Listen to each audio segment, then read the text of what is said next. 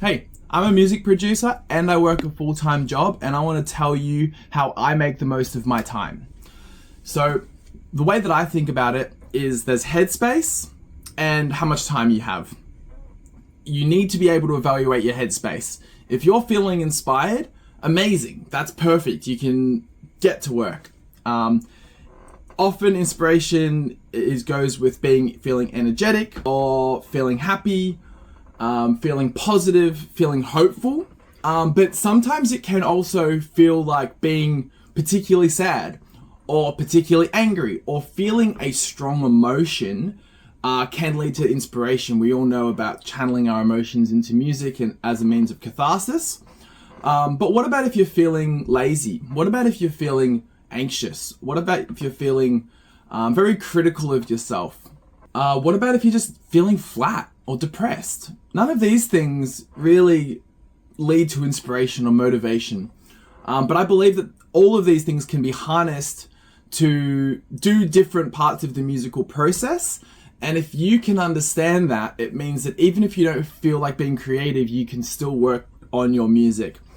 So for example, in the process of editing and mixing, it's actually really important to be very critical of yourself. You need to let go of how much you've fallen in love with the song you're working on and think very objectively about what needs to be done to take this song to a professional level, to complete the song and what's going to work. So if you're feeling critical and maybe a bit judgmental, a bit anxious, this actually may be a good time to work on mixdowns, because you're going to be more objective and critical of what you're hearing, rather than, oh, I love this part and I've heard it like this and this is just how it should be. You might be like, actually, no, it shouldn't be like that. Now, I'm being careful to talk about mixing, engineering decisions here. Compositional decisions, you might just be in a bad mood and not like a part because you're in a bad mood.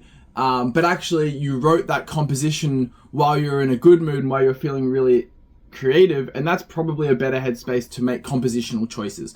But how loud something should be in the mix, how much something should be EQ'd, these are objective engineering decisions. And when I'm feeling critical, anxious, flat, not overly creatively inspired, I'm going to be doing engineering.